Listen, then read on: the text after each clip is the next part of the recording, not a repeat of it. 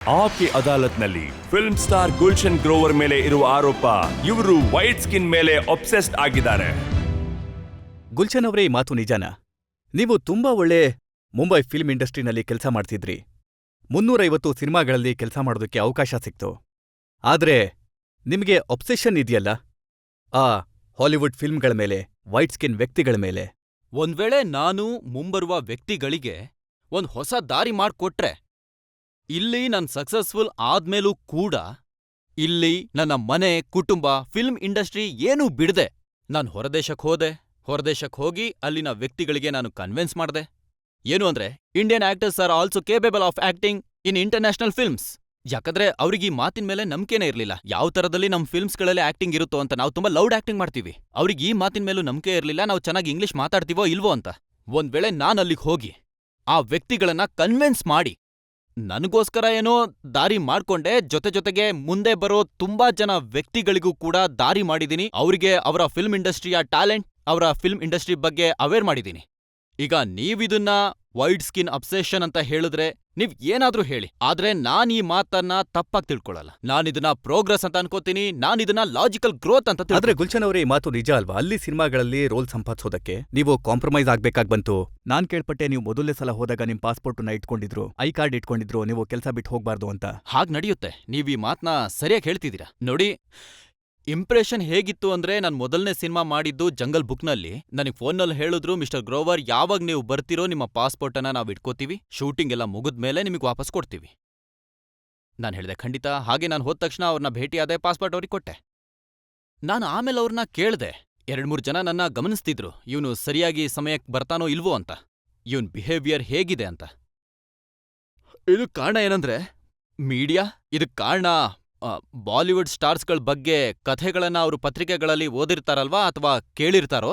They can't be relied. ಅವ್ರಿಗೆ ಟೈಮಿಂಗ್ನ problem ಇರುತ್ತೆ. ಅವ್ರು ಯಾವಾಗ ಬೇಕಾದ್ರೂ ರಾತ್ರಿ ಎದ್ದು ಹೇಳ್ಬೋದು, I am going to India, ನನಗ್ ಗರ್ಲ್ ಫ್ರೆಂಡ್ ನೆನ್ಪಾಗ್ತಿದೆ, ಅಮ್ಮನ್ ಕೈ ಅಡ್ಗೆ ನೆನ್ಪಾಗ್ತಿದೆ. ಇಲ್ಲಂತೂ ಶೂಟಿಂಗ್ ನಿಂತು ಹೋಗ್ಬಿಡುತ್ತೆ. ಅವ್ರು ಈ ರೀತಿ ಕಥೆಗಳನ್ನ ಕೇಳ್ತಾರೆ. ಈ ಎಲ್ಲಾ ಭಯದ ಕಾರಣದಿಂದ ಅವರು ನನ್ನ ಪಾಸ್ಪೋರ್ಟ್ನ ಇಟ್ಕೊಂಡ್ರು. ಮತ್ತಿದು ಹ್ಯುಮಿಲೇಷನ್ ಏನಲ್ಲ, ಅವರು ನನ್ ಜೊತೆ ಕೆಲ್ಸ ಮಾಡಿದ್ರು. ಆಮೇಲೆ ಅವ್ರಿಗೆ ಪ್ರೂವ್ ಆಯ್ತು ಏನಂದ್ರೆ, that the Indian Bollywood actors are also professionals, also extremely talented and can be relied on. ಈ ಮಾತು ನಿಜನಾ? ಅಲ್ಲಿ ಕೆಲಸ ಮಾಡ್ತಾ ಮಾಡ್ತಾ ನಿಮ್ಮನ್ನ ಅವರು ಆಕ್ಟರ್ಗಿಂತ ಜಾಸ್ತಿ ಏಜೆಂಟ್ ಮಾಡ್ಬಿಟ್ರು ಅನ್ನೋದು? ಅರೆ ಸರ್, ನನಗನ್ಸುತ್ತೆ ಇಲ್ಲಿನ ಸರ್ಕಾರ ನನಗೇನಾದ್ರೂ ಉಡುಗೊರೆ ಕೊಡ್ಬೇಕು ಮತ್ತೆ ಆನರ್ ಮಾಡ್ಬೇಕು for being ambassador of India.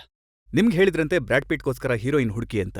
ನಾನಿಲ್ಲಿ ಬಾಲಿವುಡ್ನಲ್ಲಿ ಕೆಲ್ಸ ಮಾಡ್ತೀನಿ. ಅವ್ರಿಗೆ ನಾನು ಗೊತ್ತಿದ್ದೀನಿ, ನನ್ನ ಪರಿಚಯದವರು, ನನ್ನ ಸ್ನೇಹಿತರು. ಸಾಮಾನ್ಯವಾಗಿ ನನಗ್ ಫೋನ್ ಮಾಡಿ, ಇಮೇಲ್ ಮಾಡಿ ಕೇಳ್ತಾರೆ, ಅಲ್ಲ ಇಂಡಿಯಾದಲ್ಲಿ ಈ ರೀತಿ ಶೂಟಿಂಗ್ ಆಗ್ಬೋದಾ, ಈ ರೀತಿಯ ಹೀರೋಯಿನ್ಗಳು ಸಿಗ್ತಾರಾ, ಅಥವಾ ಈ ತರದ್ ಟೆಕ್ನಿಷಿಯನ್ಸ್ ಸಿಗ್ತಾರಾ? ಇದು ನನಗೆ ಹೆಮ್ಮೆ ಪಡೋ ವಿಷಯ.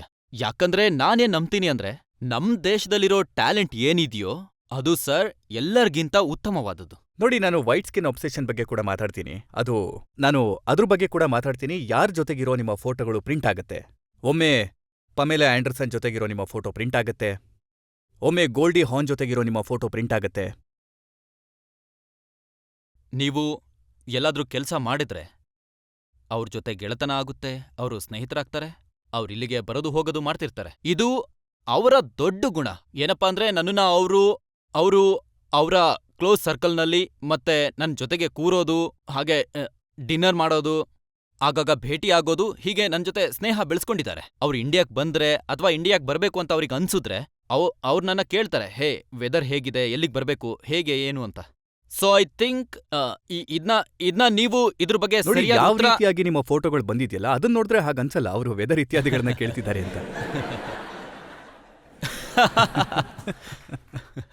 ಇದನ್ನ ನೋಡಿದ್ರೆ ಅನ್ಸುತ್ತೆ ನೀವು ಅವ್ರನ್ನ ವೆದರ್ ಕೇಳ್ತಾ ಇದ್ದೀರಾ, ಯಾಕೆ ಎಷ್ಟು ಕಡಿಮೆ ಬಟ್ಟೆ ಹಾಕೊಂಡಿದ್ದೀರಾ ಅಂತ. ನೋಡಿ ರಜತ್ ಸರ್, ಅದು ಹೇಗಂದ್ರೆ, ಎಲ್ಲ ರೀತಿಯ ಸಂಬಂಧಗಳು ಇರುತ್ತವೆ ಮತ್ತದ್ರ ಬಗ್ಗೆ ತುಂಬಾ ರೀತಿಯ ಇಂಟರ್ಪ್ರಿಟೇಷನ್ ಕೊಡ್ತಾರೆ ಮೀಡಿಯಾದಲ್ಲಿ. ನನಗ್ ಇವ್ರೆಲ್ರೂ ಜೊತೆ ಇರೋದು ಸ್ನೇಹ.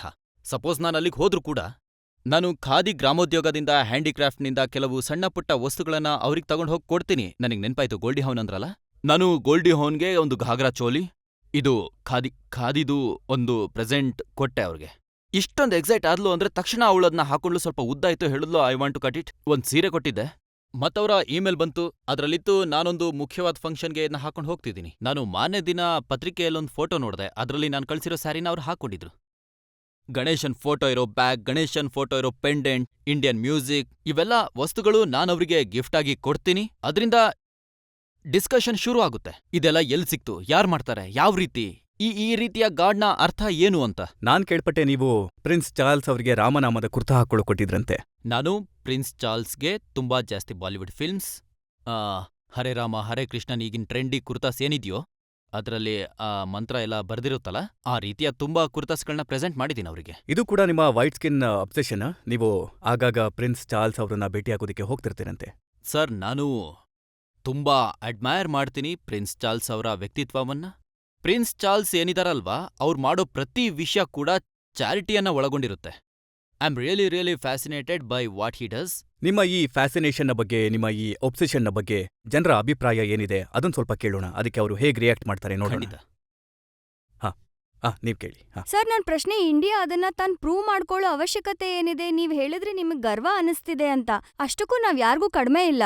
ಸೊ ಮತ್ತ್ಯಾಕ್ ನಾವ್ ಫಾರೆನ್ಗ್ ಹೋಗಿ ನಮ್ಮನ್ ಪ್ರೂವ್ ಮಾಡ್ಕೋಬೇಕು? ಹಾಲಿವುಡ್ ಇಂದ ಯಾರು ಇಂಡಿಯಾಗ್ ಬಂದು ಅವ್ರನ್ನ ಪ್ರೂವ್ ಮಾಡ್ಕೋತಿಲ್ಲ. ಇಲ್ಲಿವರೆಗೂ ನಮ್ಮವ್ರು ಯಾರೂ ಇಲ್ಲಿಂದ ಹೋಗೇ ಇರ್ಲಿಲ್ಲ. ಈಗ ನಾವು ಹೋಗೋದಕ್ ಶುರು ಮಾಡಿದೀವಲ್ಲ, ಈಗ ಅಲ್ಲಿಂದ ಕೂಡ ಇಲ್ಲಿಗ್ ಬರೋದಕ್ ಶುರು ಮಾಡಿದ್ದಾರೆ. ಈ ಮಾತ್ನ ನಾನ್ ನಿಮಗ್ ಹೇಳಲೇಬೇಕು. ನನಗ್ ಪ್ರತಿ ಕಲಾವಿದ ಇಷ್ಟಪಟ್ಟು ಹೇಳಿದ್ದಾರೆ ನಾನ್ ಬಾಲಿವುಡ್ ಫಿಲ್ಮ್ನಲ್ಲಿ ಕೆಲಸ ಮಾಡ್ಬೇಕು ಅಂತ. ಬಾಲಿವುಡ್ ಸಿನಿಮಾದಲ್ಲಿ ಹಾಡುಗಳು ತುಂಬಾ ಮಜವಾಗಿರುತ್ತೆ. ಸಡನ್ ಆಗಿ ಹುಡುಗಿರಿ ಎಲ್ಲಿಂದನೋ ಬಂದು ಡ್ಯಾನ್ಸ್ ಮಾಡೋದಕ್ ಶುರು ಮಾಡ್ಬಿಡ್ತಾರೆ. ಅವ್ರಿಗೂ ಕೂಡ ಇಲ್ಲಿಗ್ ಬಂದ್ ಕೆಲಸ ಮಾಡೋದಕ್ ಇಷ್ಟ ಇದೆ. ನೀವು ನಿಮಗೆ ಹೀಗೆ ಅನ್ಸ ಇಲ್ವಾ, ಈ ಕೆಟ್ಟ ಕೆಲಸಗಳು ಜಾಸ್ತಿ ಆಯಿತು, ಸ್ವಲ್ಪ ಒಳ್ಳೆ ಕೆಲಸಗಳನ್ನ ಮಾಡಬೇಕು ಅಂತ? ನಿಮಗೆ ಪೊಲಿಟಿಕ್ಸ್ ಬರಬೇಕು ಅಂತ ಅನಿಸ್ತಿಲ್ವಾ? ನೀವು ಯಾವಾಗಲೂ ಹೇಳ್ತಿರ್ತಾರ ಎಲ್ಲ ದೇಶದ ಜನರ ಪ್ರೀತಿ ನನ್ನ ಜೊತೆ ಇದೆ ಅಂತ. ಅದು ನಿಮ್ಮನ್ನ ಗೆಲ್ಸುತ್ತೆ. ನೀವು ಹೊರಗೆ ಹೋಗೋ ಬದಲು ದೇಶದಲ್ಲೇ ಇದ್ದು ದೇಶದ ಜನರ ಸೇವೆ ಮಾಡಿ. Young man, I thought you are my friend, you looks like my enemy. ನೀನ್ ನನ್ನ ಶತ್ರುನಾ ಅಥವಾ ಯಾರಾದ್ರೂ ಶತ್ರುಗಳು ಕಳಿಸಿದಾರ? ಒಬ್ಬ ಕಲಾವಿದನ ಮೇಲೆ ನಾನು ನಂಬಿಕೆ ಇಡ್ತೀನಿ. ಕಾರಣ, ಒಬ್ಬ ಕಲಾವಿದನಾಗೆ ಇರ್ಬೇಕು. ಕಲೆ ಅನ್ನೋದು ಎಲ್ಲರಿಗೂ ಸ್ವಂತ. ಪಾಲಿಟಿಕ್ಸ್ ಬಿಡಿ, ನಾನ್ ಯಾವುದೇ ಪಾಲಿಟಿಕಲ್ ಪ್ಲಾಟ್ಫಾರ್ಮ್ನಲ್ಲೂ ಕೂಡ ನಾನಿರೋದ್ನ ನೋಡಿರಲ್ಲ ನೀವು. ಖಂಡಿತ ಇಲ್ಲ, ನೆವರ್ ಎವರ್.